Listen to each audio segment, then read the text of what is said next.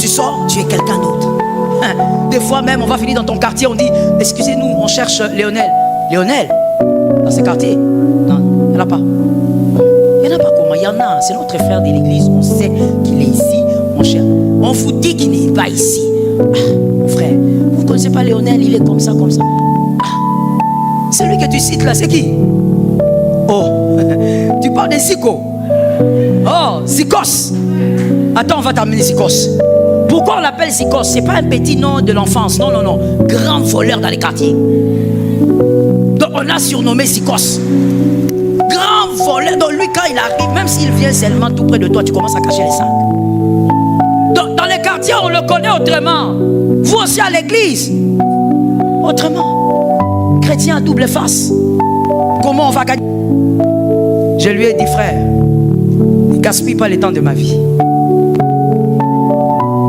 Tu vois les minutes là que tu m'envoies les textos, ce sont les minutes de ma vie. Il ne faut pas gaspiller. Quand le chantre païen, son visage se métamorphose, ça devient comme soi-disant un démon. Mais montre ton visage à toi. La terre ici est une question de visage. Je reprends pour celui qui avait un petit problème quelque part. Cette terre, la terre où Dieu nous a mis là, c'est une affaire de visage. Elle, quand elle chante, ou lui, quand il chante, il manifeste le visage de son maître. Et pour lui, c'est légitime. Mais toi, montre-moi aussi le visage du tien. Si lui, il remplit des salles à cause du visage là diabolique. Aujourd'hui, nous avons des chrétiens caméléons. Des chrétiens qui changent au gré du vent. Les chrétiens qui changent selon le climat, l'endroit. Quand tu vas dans une fête de mariage, je ne sais quoi, quand tu le regardes, ça n'a rien à voir avec celui que tu vois à l'église. Et on trouve ça normal. Et il peut même te répondre, mais non, ici on n'est pas à l'église, hein. Ok. C'est-à-dire que pour toi, tu crois qu'il y a une attitude à adopter à l'église. Je veux dire à quelqu'un, tu n'es pas un tombeau blanchi. Donne un amen d'un homme guéri. Tu n'es pas un tombeau blanchi. Je vais te choquer et te réchoquer. Tu n'es pas ici pour nous manifester des choses qui ont trait qu'avec l'apparence. Ce n'est pas une question d'apparent. C'est une question de transformation profonde. Dans une soirée de fête, tu es différent. Même ton langage change. Parce que toi, tu penses qu'à l'église, il y a un langage qu'on adopte. Je ne sais pas si tu as appris ça où. Lorsque tu es dans ta famille, tu changes encore. Là-bas, on sait que tu es la fille la plus impolie de la famille. Toutes tes cousines savent que toi, quand tu ouvres la bouche, personne ne peut te supporter. Tu es le garçon que personne ne maîtrise en famille. Ça, c'est dans la famille. Et à l'église, quelle douceur, quelle simplicité. Quand on veut parler d'humilité, on prend ton nom, on colle ton nom à l'humilité. Caméléon. Dis à un frère, tu es un caméléon. Oui, tu es là aussi pour l'aider. Dis à un autre, tu es un caméléon. Tu es sur le pupitre, tu prêches. Mais à la maison, ta femme est ton punching ball.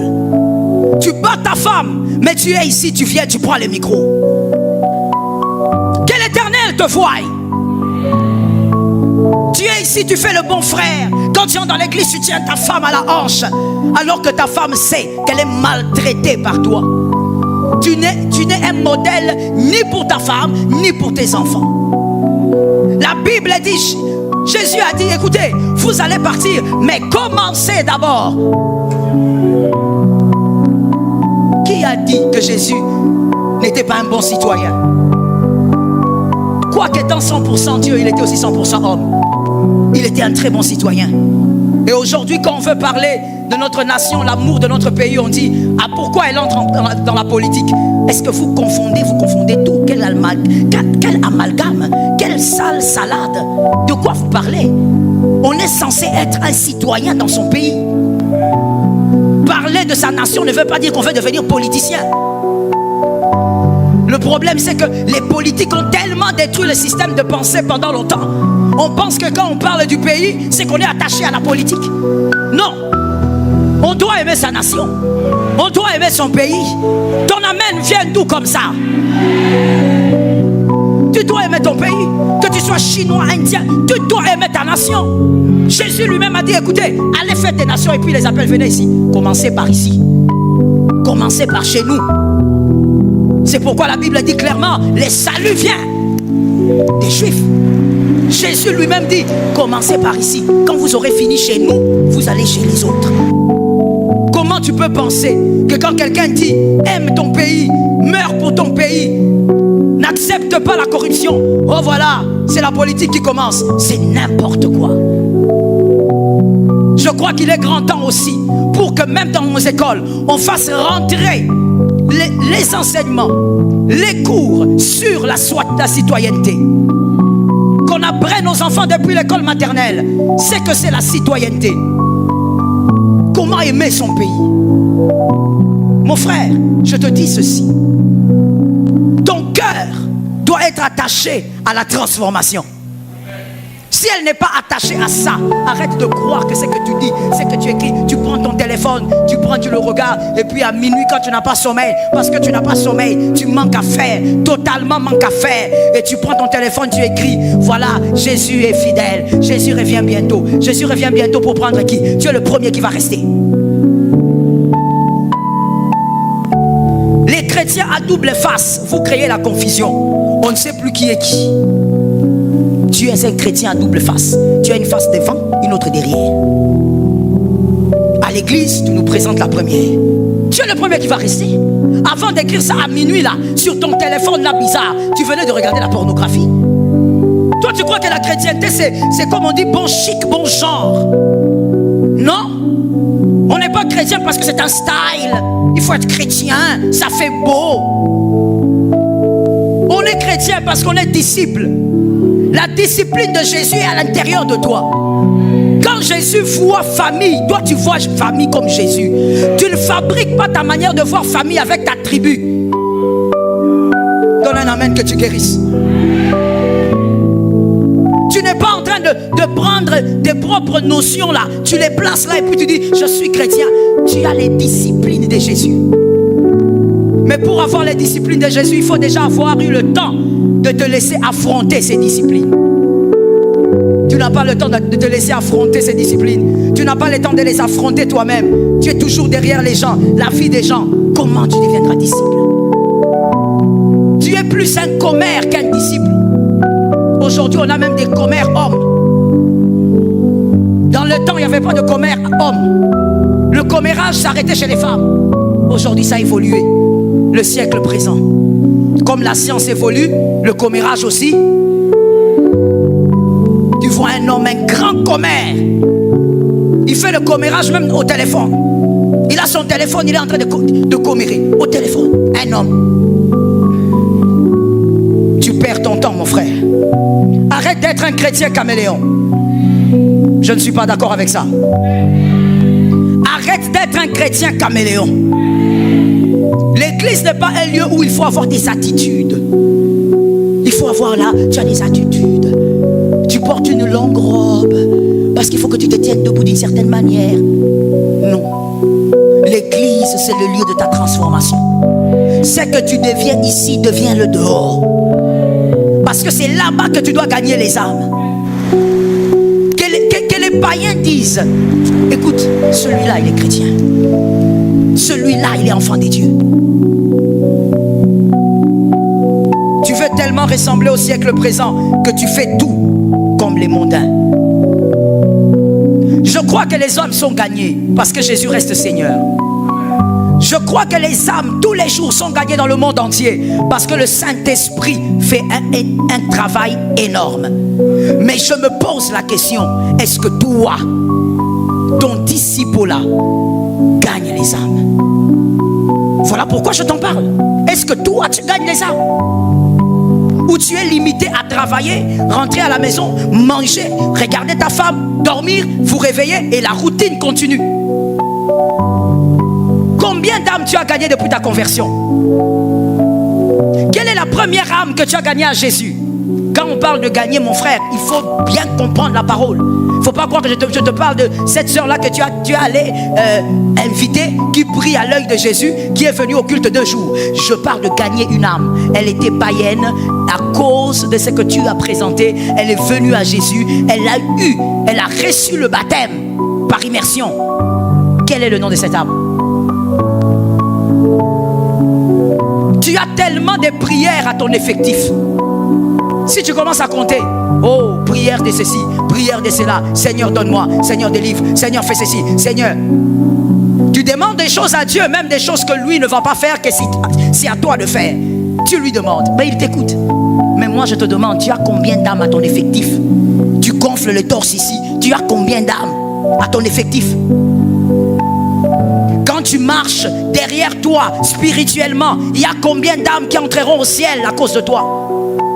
Tu vois mon frère, au lieu de venir te battre ici pour prendre ce micro, parce que tu es le archi-prophète, va gagner les âmes. Tu te bats pour ce micro-ci. Si seulement je pouvais te le donner.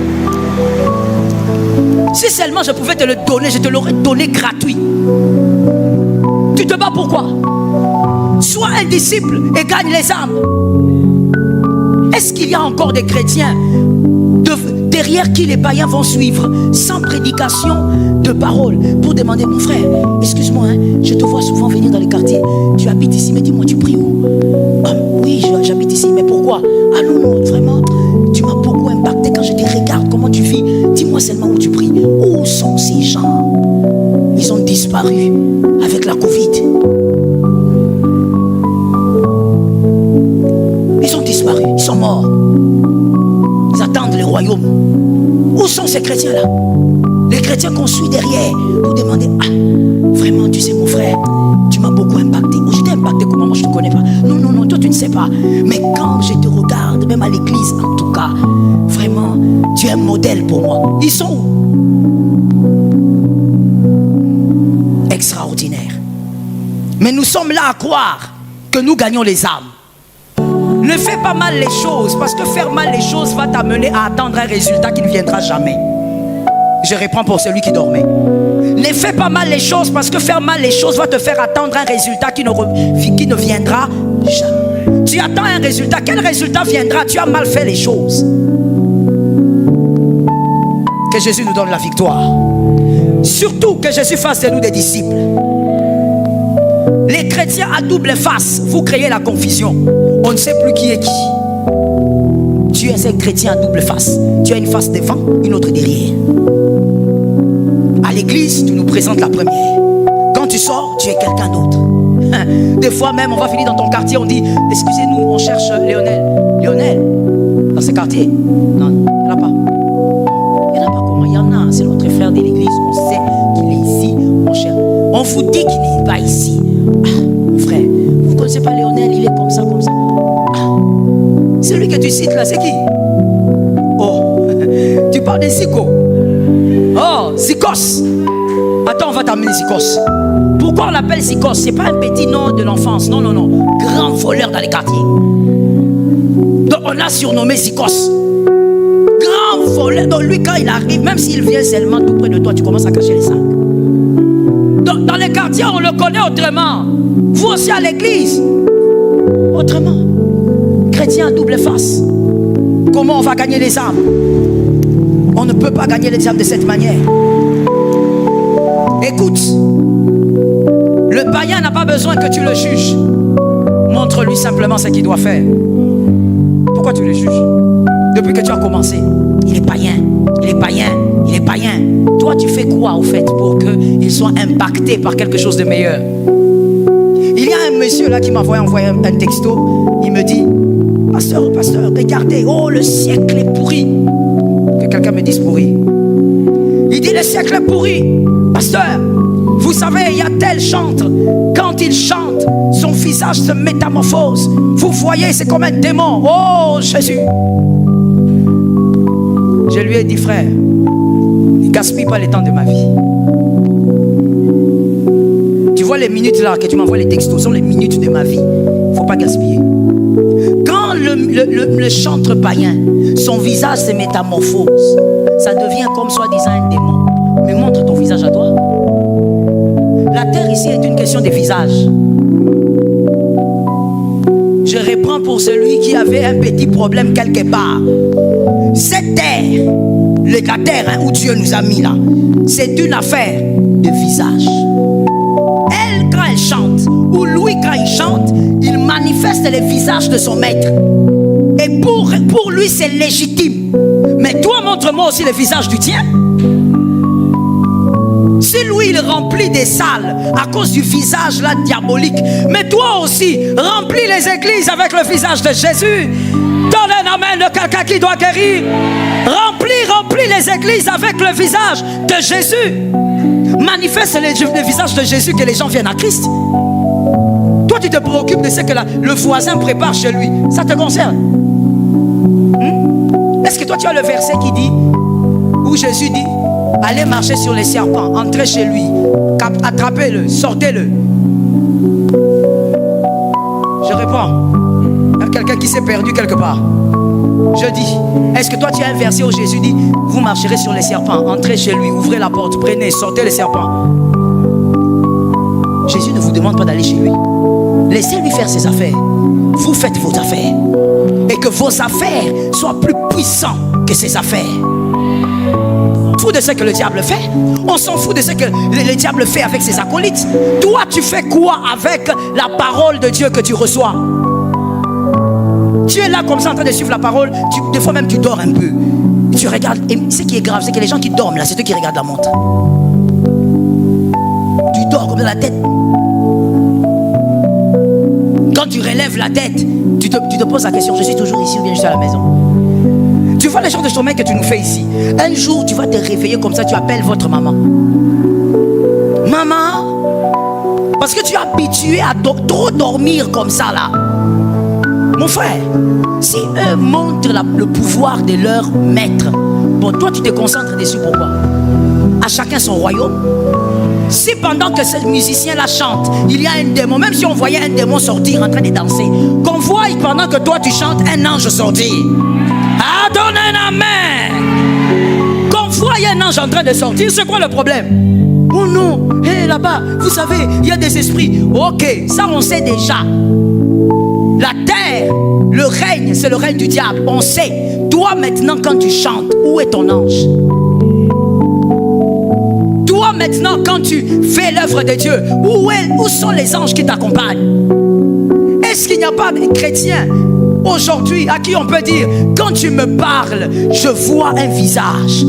Je vois un visage qui me communique la vie, la douceur, un visage qui me communique un amour que je n'ai jamais ressenti. Est-ce que tu ne peux pas dégager le visage de Jésus?